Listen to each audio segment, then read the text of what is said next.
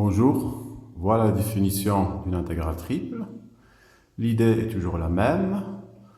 On a une écriture hiérarchique du domaine et on intègre 3 fois de suite. Plus exactement, soit AB un intervalle de R, phi psi de fonctions continues sur cet intervalle avec phi inférieur à psi, alpha et bêta de fonctions continues à deux variables avec alpha inférieur à bêta, et delta, de l'ensemble des triplés x, y, z de l'espace, tel que la coordonnée x est comprise entre a et b, y entre psi de x et phi de x, z entre bêta de xy, alpha de xy. Sur un schéma, le domaine delta est le domaine situé entre la surface d'équation z égale à bêta de xy, voilà, et la surface z égale à alpha de xy, et dont la projection est délimitée par la droite d'équation x égale à a, la droite d'équation x égale à b, la courbe de phi et la courbe de psi. Par définition, si f est une fonction continue sur delta, fonction numérique, alors l'intégrale de f sur delta, intégrale triple, est ce nombre réel. Alors, comment on calcule ce nombre réel? D'abord, on intègre l'expression de f par rapport à z, par rapport à z, entre la borne alpha xy et bêta xy, et on obtient une expression qui dépend de xy. Ensuite, on intègre cette expression entre phi de x et psi de x pour obtenir une expression qui dépend uniquement de x. Et enfin, on intègre cette expression qui dépend de x entre la borne a et b. L'intégrale triple, une fonction numérique continue sur le domaine delta. Alors, regardons un exemple. Soit delta, l'ensemble des triplés x, y, z de l'espace, et que x, coordonnée x est comprise entre 0 et 1, y entre 0 et 1, z entre 0 et x plus y.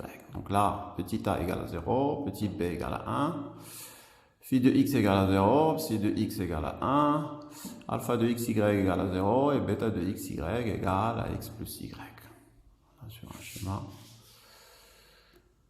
Voilà. C'est pas exactement une pyramide sur volume. Alors, calculons dans un premier temps l'intégrale de cette fonction définie par f de x, y, z égale 2x, y, z sur delta. Après, on calculera l'intégrale de la fonction constante qui vaut 1 sur ce même domaine. Alors, par définition, l'intégrale de f sur delta, voilà l'expression de f. Là, x, y, ils sont constantes.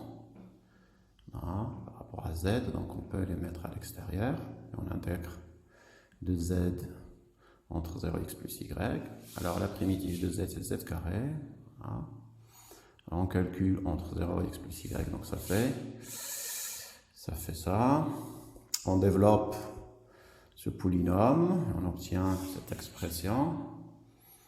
Là, on intègre par rapport à y, la primitive de y, x carré, c'est y carré, x carré sur 2, plus y4 sur 4, plus 2x, y3 sur 3. On intègre par rapport à y. Donc on obtient ça, on calcule cette primitive entre 0 et 1, on obtient ce polynôme. Voilà. On développe et on intègre par rapport à x. On obtient ça. Et enfin, on trouve que l'intégrale de f sur delta est égale à 17 sur 36. Alors maintenant, pour la fonction g qui vaut 1 sur delta, là, on intègre par rapport à z, la primitive de 1 c'est z, donc on calcule entre 0x plus y, donc ça fait ça. Là, c'est l'expression qui dépend de x, y. Ensuite, on intègre par rapport à y, voilà. On obtient ça. et on trouve la valeur 1. L'intégrale de g sur delta est égale à 1. Voilà enfin quelques propriétés des intégrales doubles et triples. C'est des propriétés qui sont valables à la fois pour les intégrales doubles et pour les intégrales triples. Alors, pour la première propriété, l'intégrale de la somme est la somme des intégrales sur le même domaine. L'intégrale de lambda fois f égale à lambda fois l'intégrale de f. Par conséquent, l'intégrale d'une combinaison linéaire est la combinaison linéaire des intégrales. Troisième point, si f est une fonction numérique positive, alors l'intégrale de f est toujours positive. Par conséquent, si f et g sont deux fonctions numériques avec f supérieur à g, alors l'intégrale de f est supérieure à l'intégrale de g. Et on résulte que la valeur absolue de l'intégrale est inférieure à l'intégrale de la valeur absolue.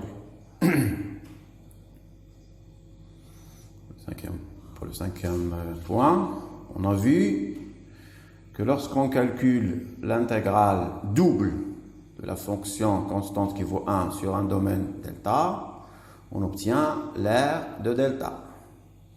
Là aussi, lorsqu'on calcule l'intégrale triple de la fonction constante qui vaut 1 sur un domaine delta, on obtient le volume de delta. Donc, dans l'exemple numéro 2, celui de la fonction g, qui vaut 1, l'intégrale de g sur delta est égale à 1. Donc, le volume du domaine delta de l'exemple précédent est égal à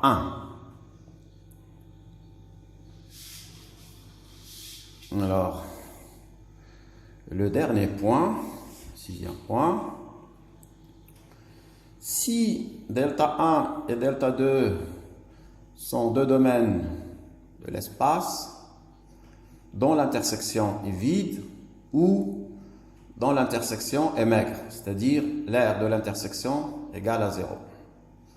Alors, l'intégrale d'une fonction f sur la réunion, sur delta 1 union delta 2, est égale à l'intégrale de f sur delta 1 plus l'intégrale de f sur delta 2.